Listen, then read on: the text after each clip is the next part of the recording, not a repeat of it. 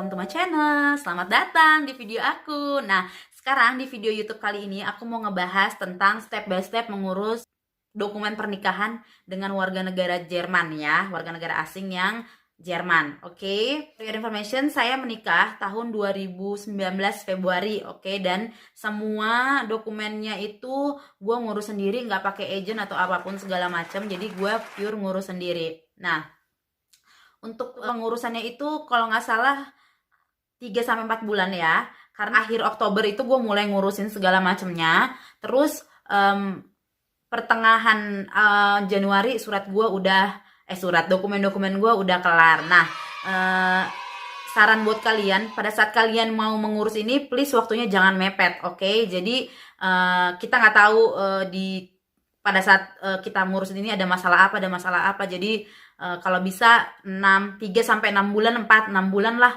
dikasih waktu untuk mengurus si dokumen-dokumen ini gitu loh. Nah, gue itu ngurusinnya tadi gue udah bilang dari akhir Oktober. Nah, tapi sebelum gue ngurusin segala sesuatunya, gue dan suami gue waktu itu masih pacar sih. Waktu itu gue kebetulan Juni 2018 gue itu ada di Jerman, dan sebelum balik ke Indo gue itu nanya ke kita berdua pergi ke Standesamt, atau Standesamt itu kalau di Indo tuh catatan sipil ya, kantor catatan sipil wilayah suami gue, tempat tinggal suami gue maksudnya. Terus gue bertanya dokumen apa aja yang dibutuhkan dari gue untuk suami gue supaya bisa dapetin surat single dari sini. Karena kalau lu mau menikah di Indonesia, si warga negara asing harus mempunyai CNI atau surat single dari negaranya mereka, begitu loh. Nanti ditukar di kedutaan mereka di Jakarta. Itu step itu nanti gue gue bahas di video yang selanjutnya, oke? Nah, setelah gue dapet dari si orang Standesamt itu, dan kita bilang kalau kita mau menikah di Jakarta segala macam, lalu si mbak-mbak yang di Standesamt ini ngasih gue beberapa list yang harus gue siapkan supaya suami gue bisa dapet surat single dari mereka gitu. Nah, yang pertama yang harus disiapkan adalah akte lahir. Perlu diketahui kalau akte lahirnya ini harus terbitan baru ya. Jadi akte lahirnya ini tidak boleh melebihi terbitannya ya 6 bulan. Oke, jadi sampai lo menikah ya waktunya masih berlaku lah 6 bulan, tidak lebih dari itu. Yang kedua, surat keterangan belum menikah, surat SKBM atau surat single yang dikeluarkan oleh Catatan Sipil Indonesia nanti. Nah, yang ketiga, fotokopi paspor depannya. Yang keempat ya keyakinan gue menikah dengan suami gue. Nah, pokoknya 3 itu ya, akte lahir, surat keterangan belum menikah, dan fotokopi paspor kita halaman depan. Sudah itu gue balik ke Indo, terus gue mulai ngurus-ngurus sendiri gitu, karena posisi gue waktu itu gue masih kerja. Jadi gue itu dia yang gue bilang, gue spare waktu 4 bulan ya, 3-4 bulan, karena gue seling-selingin sama gue bekerja. Nah, oh ya, si dokumen-dokumen gue tadi yang diminta mereka itu harus ditranslate ke bahasa Jerman, dan translatornya itu harus yang sebenarnya katanya sih harus yang related atau ada yang kerjasama dengan kedutaan, yang ada di list kedutaan. Cuman gue nggak pakai yang ada di list kedutaan dan bisa gitu. Nah, step awal sudah balik ke Indonesia, step pertama gue harus pergi ke RT RW, oke? Ke RT gue minta surat pengantar untuk menikah. Yang kedua, surat domisili, oke? Setelah dikasih sama Pak RT, gue pergi ke RW untuk minta tanda tangan RW. Nah, perlu diingat, setiap teman-teman mau mengurus sesuatu di instansi kepemerintahan, please selalu bawa fotokopi kartu keluarga lo, fotokopi KTP lo, sama kalau bisa fotokopi KTP orang tua in case ya. Nah, sesudah itu gue pergi ke sesudah gue dapat suratnya itu, gue pergi ke kelurahan. Nah, di kelurahan si surat yang dari Pak RT RW itu gue fotokopi dulu ya buat file gue. Nah, gue bawa pastinya kartu keluarga, fotokopi kartu keluarga, fotokopi kartu tanda penduduk atau KTP, baru si surat yang dari si RT RW itu gue bawa kopi dan aslinya. Sudah itu gue serahkan ke kelurahan. Nah, di kelurahan mereka bilang kalau gue itu harus nyerahin juga sertifikat layak menikah yang dikeluarkan oleh puskesmas atau rumah sakit. Gue gak ngerti ya, tapi kayaknya sih puskesmas, karena mereka ngerujuk gue ke puskesmas kecamatan gitu. Jadi tidak semua puskesmas, hanya puskesmas kecamatan aja yang bisa melakukan atau ngeluarin sertifikat tersebut. Nah, gue pergi, kebetulan puskesmasnya nggak jauh dari kantor gue, tempat gue kerja, cuman 5 menit naik motor gitu nyampe. Terus gue ngelakuin pagi-paginya, gue ngelakuin tes darah, tinggi badan, berat badan, segala macem. Terus ada tes psikis juga kalau nggak salah. Terus karena gue pagi-pagi datangnya, mereka bilang, kan gue nanya kapan bisa diambil. Oh, sore udah bisa mbak gitu. Terus gue sorenya balik, puji Tuhan, hari itu juga selesai itu surat sertifikatnya, dan gue langsung ambil itu sertifikat. Nah, besoknya gue balik ke kelurahan untuk bawa itu sertifikat. Jangan lupa difotokopi dulu ya. Terus udah gue bawa, baru si siapa namanya, si pihak kelurahannya ngasih gue ada 3 form, N1, N2, dan N4. Nah, 3 form ini yang nantinya akan gue bawa ke kantor catatan sipil. Oke, gue sudah dapat itu form segala macem, gue isi itu form, terus gue fotokopi dulu ya. Terus udah gitu gue bawalah ke kantor catatan sipil. Nah, di catatan sipil ini yang gue bawa apa aja? KTP tetap, kartu keluarga fotokopiannya juga ya. Terus surat domisili gue tetap yang udah gue fotokopi gue bawa juga, kalau ada aslinya juga lu bawa. Terus N1, N2, N4 formnya asli dan fotokopi gue bawa. Itu gue pokoknya selalu gue fotokopi 5 rangkap lah ya, supaya gue nanti nggak keteteran gitu. Nah, itu gue bawa.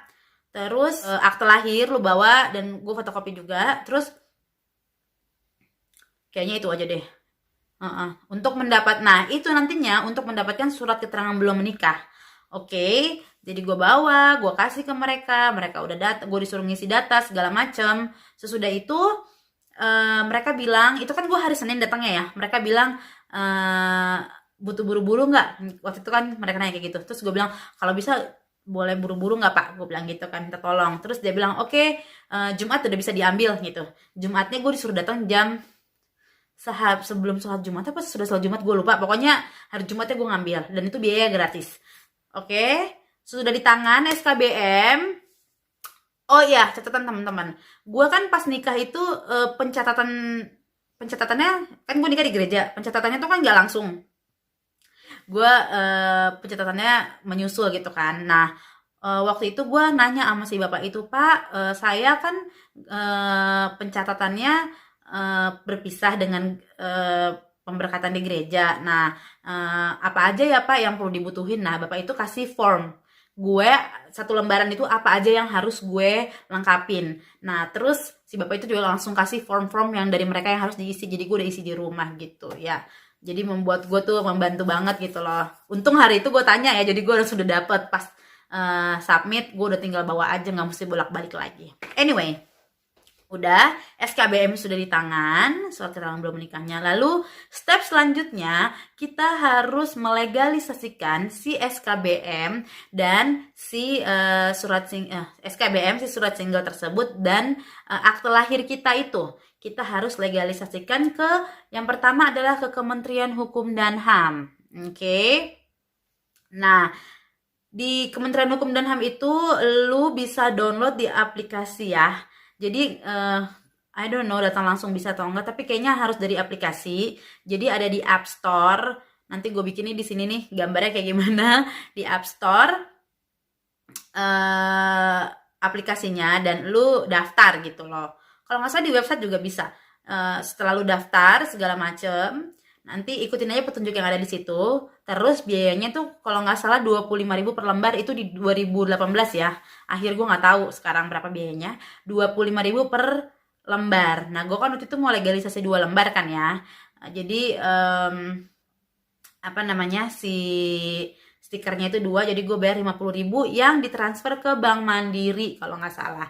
Dan itu 2 hari pengerjaan. 2 hari kerja lu dapat Itu sih sertifikatnya, apa sih stikernya itu. Catatan buat teman-teman, akta lahir dan surat keterangan belum menikahnya boleh difotokopi tapi jangan dilaminating ya. Karena nanti you bakal dimarahin sama orang kedutaan. Tolong jangan di laminating, oke? Nah, setelah kita dapat apa namanya tuh notifikasi dari si aplikasi itu kalau sudah bisa diambil 2 hari kerja biasanya ya, itu kita langsung datang ke sana. Kalian bisa Google tempatnya di mana. Kalau nggak salah itu yang ada di Jalan Imam Bonjol apa Pejambon gitu. Gue lupa deh pokoknya. Si Hukum dan HAM itu deket Gondang Dia, dia deket stasiun Gondang Dia. Nah, terus kita ngambil itu, udah kan, udah kita dapet, langsung kita stikernya kita tempelin di belakang si apa namanya akta lahir kita sama di surat keterangan belum nikah ya di belakangnya, bagian belakang. Nah, setelah itu kita bawa pulang, lalu kita akan melegalisasikan lagi step selanjutnya ke Kementerian Luar Negeri. Oke. Nah, Kementerian Luar Negeri ini juga sama, kita harus download aplikasinya lagi. Waktu itu sih gue katanya sih cuma bisa sih di Play Store doang ya, tapi gue nggak tahu sekarang di iPhone udah bisa atau belum. Pokoknya di Play Store, lu nanti ikuti petunjuk yang ada di situ. Nanti lu akan disuruh minta apa mendownload atau mengupload foto stiker lo itu yang lu dapat dari Hukum dan HAM. Itu nanti di-download segala macem, di-refresh aja lagi kalau gagal. Abis download please lu refresh aja. Kadang-kadang tuh suka yang kayak gagal lah atau apalah gitu sampai lu berhasil gitu, baru nggak usah di-refresh lagi. Nah, sama pengerjanya juga 2 hari kerja dan biayanya juga per lembar 25.000. Kalau nggak salah ini dibayarkannya di bentar. Oh, kalau nggak salah ini yang di Bank Mandiri. Nah, Hukum dan HAM itu kebalik teman-teman. Nah, kalau Hukum dan HAM itu lu bayar langsung, dia ada kasirnya di dalam situ. Kasirnya Bank BNI kalau nggak salah, lu bayar langsung. Nah, nanti dia ada petunjuknya kok pembayarannya bagaimana. Nah, sudah itu lu udah dapat 2 hari kemudian lu ambil lah si stiker ini, lalu lu tempelkan lagi, disejajarin lah atau di bawah atas bawah gitu pokoknya. Ntar gue coba fotoin di sini nih stiker gue kayak gimana. Nah, udah gitu, sudah lu dapat, jangan, gue ingetin lagi jangan dilaminating. Terus lu ke apa namanya, ke si kedutaan ya, ke kedutaan, dan lu bilang lu mau legalisasi. Oke, gue lupa deh perlu termin atau enggak ya, gue lupa. Gue inget-inget dulu ya teman-teman, gue cari tahu dulu, gue lupa asli, nanti gue tulis di bawah sini. Nah, pokoknya lu harus dilegalisasi ke si kedutaan, oke? Lu bawa itu dan please bawa uang cash ya. Kalau waktu itu gue bayar sekitar, lupa deh gue 500-an sekian kalau nggak salah ya untuk 2 lembar itu, tapi tergantung sama si apa namanya sih kurs saat itu ya, kurs euro saat itu. Nah, kita datang ke situ legalisasi, nanti kita bayar, lalu kita akan dapat, kalau nggak salah dikabarin lagi sama mereka kapan itu bisa diambilnya apa langsung jadi ya, gue lupa. Ntar gue inget-inget dulu, gue tulis di sini ya pokoknya. Nah, terus udah gitu, setelah lu dapet, baru deh lu translatein ke bahasa Jerman. Nah, waktu itu gue translate dari di Pak Niko namanya. Di situ nanti lu waktu itu gue nge-translate itu 1 lembar kalau nggak salah 225.000 per lembar. Jadi dia tuh per muka ya teman-teman, per muka gitu loh. Depan belakang harganya berarti lu 2 lembar jatuhnya gitu. Nah, sesudah ditranslate baru deh lu kirim ke Jerman. Jadi nanti banyak yang ngirim pakai DHL, pakai FedEx segala macam, dan pengirimannya kalau nggak salah 1 juta ya kalau nggak salah. Nah, kalau gue kemarin tuh gue nggak ngirim, temen-temen pemirsa, gue nggak ngirim pakai apa namanya fisiknya ke Jerman, fisik dokumen gue, hard copy-nya, karena kebetulan standar kita ini untuk pengurusan pernikahannya itu tuh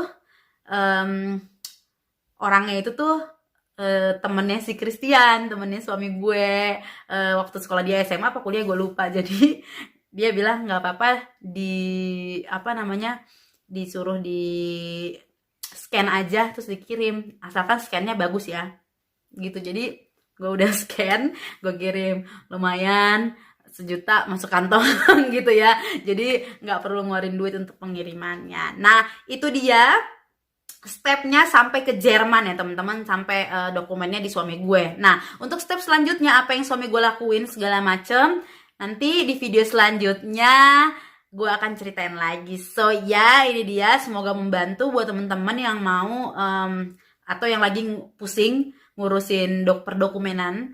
Memang kalau kita lihat-lihat atau kalau kita baca gitu ya di blog orang atau di apa gitu di kedutaan segala macem, agak ngeribetin gitu kan, puyeng gitu. Tapi sebenarnya kalau lu jalanin sendiri, it's not that hard ya teman-teman, it's not that pusing kayak kita baca gitu loh.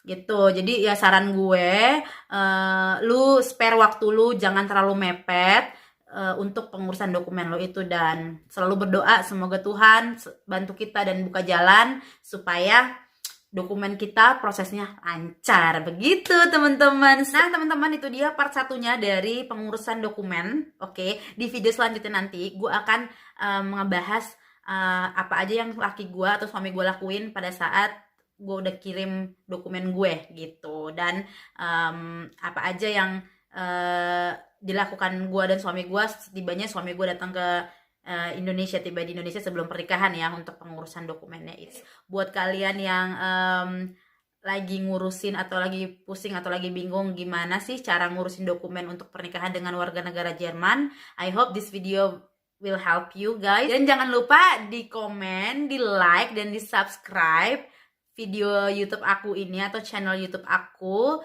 dan juga kalian share ke sosial media yang kalian punya supaya teman-teman yang lagi pada ngurusin dokumen bisa dapat pencerahan setelah nonton video aku ini gitu. Dan buat teman-teman yang mungkin ada pertanyaan atau apa, boleh DM di Instagram aku. Nih ada Instagram aku di sini. DM di Instagram aku. Mudah-mudahan aku bisa jawab. Oke, thank you so much for watching. See you next video and ciao ciao.